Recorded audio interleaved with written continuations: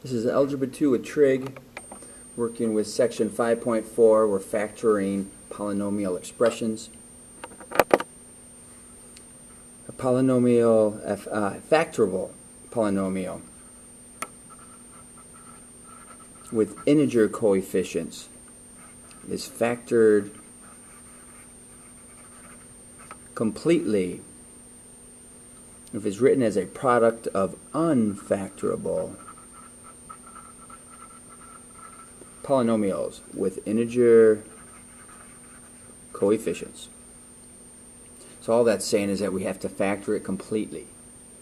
Not only partially, but all the way. Here we're looking for GCFs. So we're going to pull out a GCF of 3x. There's a 3x in every term here. So that's going to leave us with x squared plus 10x plus 25. And we can factor that apart by noticing that x plus 5 times x plus 5 is going to make x squared plus 10x plus 5. So we have x plus 5 squared times 3x. We can factor out a 2y cubed, and we'd be left with y squared minus 9. Y squared minus 9, notice that it's the difference of perfect squares. So we can write that one out again as y plus 3, y minus 3. You need to factor it completely. On this side, we have a 4, a 3, and a 2. So that's a pattern that we're going to recognize. Most likely there's a GCF that can come out of this. So there's a 4 that goes into each one of those numbers and z squared. So that's going to leave us with z squared minus 4z plus 4. This here again is a perfect square trinomial. We know that because you can take the square root of the first term, pick the square root of the last term, and the middle term is 2 times the product of your a and b. We're looking for the sum of 2 cubes. This is a new pattern that we're learning. It's very important that you know these patterns. If you can take the cube root of the first term and cube root of the second term, then we can factor it apart using this pattern. For example, if you can take the cube root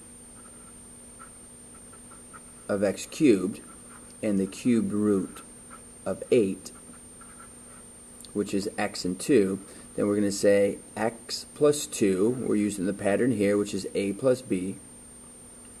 So our a value is going to be, our a value is the x, and the b value, the b cubed, is 8. So the b is your 2. 2 cubed is a value of 8. So we put the x and the 2. This says that we square it. We take the difference of their product and you square the b term.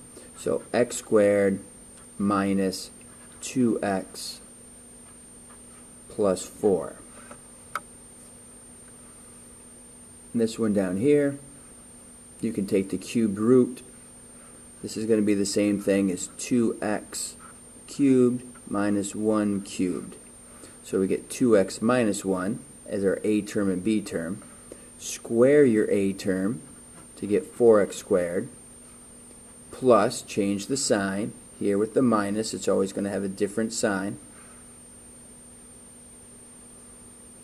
Those two multiplied together, so it's 2x again, and your last term squared, which is plus 1.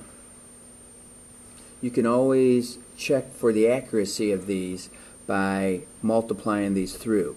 X times x squared is x cubed. X times 2x is negative 2x squared. X times 4 is 4x. 2 times x squared is 2x squared. 2 times negative 2x is negative 2x. negative 4x actually, and 2 times 4 is 8. So we see there to be a negative 2x squared and a positive 2x squared, a positive 4x and a negative 4x, and that's leaving us with x cubed plus 8. So if you multiply this out, you get what you started with. Z cubed. So you could call this z cubed minus 5 cubed. This is the difference of two cubes. So we're going to call it z minus 5,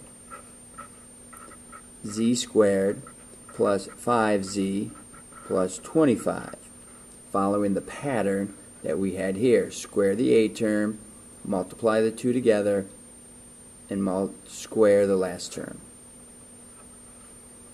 Here you might notice that there's a GCF that can come out, which is the 8. That's going to help a lot in terms of factoring this apart. We have x cubed and 2 cubed, so that's x plus 2. Then we square our first term, do the opposite sign, multiply those two together, and square your last term. You can always check that by multiplying it together. Here we're looking at a negative in front as a leading coefficient. That's pretty much a hint that we should factor that out. We're going to factor the negative out. I can also factor the 2 out, and I can factor out a d squared. So that's going to leave me with d cubed minus 125. Because negative 2 times negative 125 is a positive 250. So we have d minus 5, because 5 times 5 times 5 is 125. D squared plus 5d plus 25.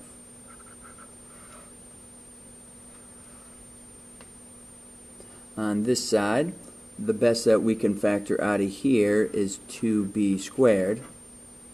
That would leave us with 8b cubed plus 343.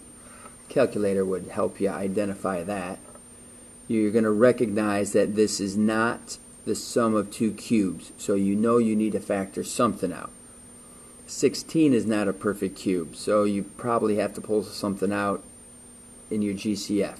So we try to pull out the 2. That left us with an 8, which was definitely a perfect cube. We just didn't know what was going to happen with this big giant number. And when you factor the 2 out of it, you're left with 343.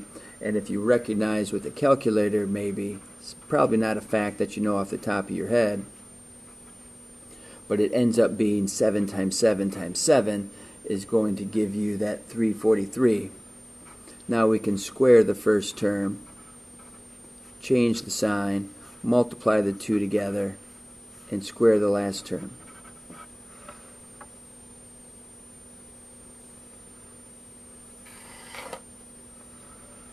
For some polynomials, you can factor by grouping pairs of terms that have a common monomial.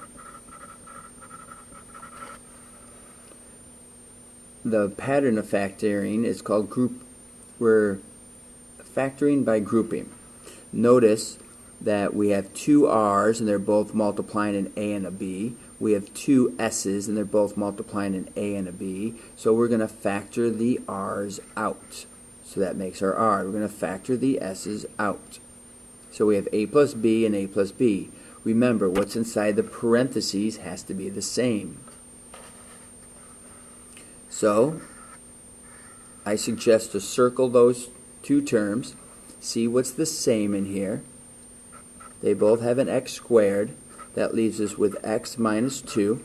Bring down your sign. What can you factor out of the next circle but a 9? That leaves us with x minus a 2, because negative 9 times a negative 2 gives you a positive 18. Then we have x squared minus 9. Both of those terms are multiplying x minus 2. Some people ask questions about should we say x minus 2 squared, because we have two of them. But it's the x squared is multiplying that, so in FOIL it would multiply it.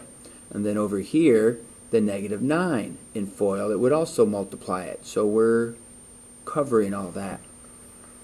X plus 3, x minus 3, because this is the difference of two squares. Don't forget your last term. Factor it completely.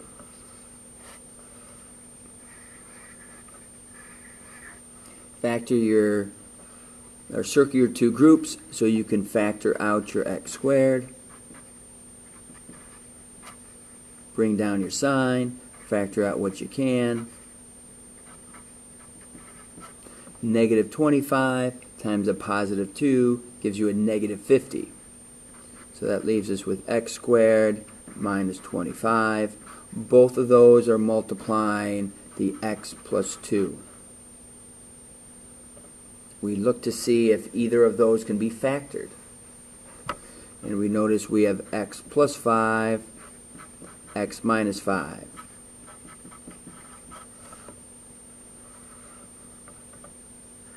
Factor what you can. We have an x squared, leaves us with an x minus 3. Factor out what you can, which is a 16. Leaves us with x minus 3, because negative 16 times 3, or a negative 3, is a positive 48. Now it's just a coincidence that all of these have had another difference of perfect squares in them. It doesn't have to, but these they have. Keeps us thinking about the patterns that we're looking for.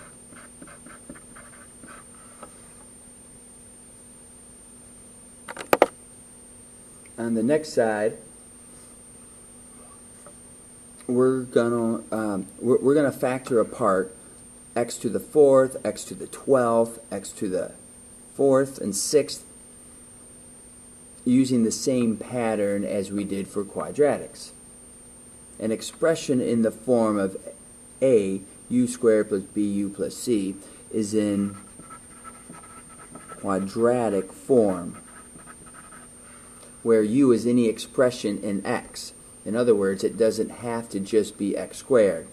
It could be x squared squared, which would then make it x to the 4th, or x cubed squared, which could then make it x to the 6th. But it's going to follow the same pattern. If we had x squared, then we would factor it apart as x plus a number, and we would have our terms. If it's x to the 4th, then we could look at this as x squared plus a number and x squared. When you FOIL that together, you're going to get x to the 4th. Even if it's x to the 6th, you could do that by x cubed and x cubed. When you multiply those together, you could still get x to the 6th power. So here, we're going to look at it, and I see a GCF that I can pull out. So now, I'm going to say that I have the difference of two squares again. Even though it's to the 4th power, it's still the difference of two squares, which is x squared minus 4, x squared plus 4. The x squared minus 4 can be broken down as the difference of two squares again. But be very careful, x squared plus 4 cannot be factored apart. There's nothing times another term that can equal x squared plus 4. You could try it, x plus 2, x plus 2, x minus 2, x minus 2. It's not going to work out. Over here, our GCF is going to be 3m squared. That's going to leave us m to the 10th power plus 18, m to the 5th power plus 17. Now we're looking at this crazy idea here, and it looks real different, but notice the pattern that it shows. It shows an exponent. It happens to be even. It will usually be even, or in this pattern it has to be even. The b term is going to be half of that. and the C term isn't going to have any of the m's at all. So it has to be half if we're looking for this pattern to occur. So if it was m squared, this would just be m. If it was m to the fourth, this would be m squared. M to the sixth, this would be m cubed. So this is m to the 10th. All we're going to do is look for two terms that multiply to be 17 and add to be 18. Well, 17 and 1. They multiply to be 17 and add to be 18. And our first terms, what times what is going to make m to the 10th power? M to the 5th and m to the 5th. They multiply to be m to the 10th. They add to be 18 m to the 5th. And the last two terms multiply to be 17. Here we look at our GCF of 4y squared. We have y to the 4th minus 5y squared plus 6.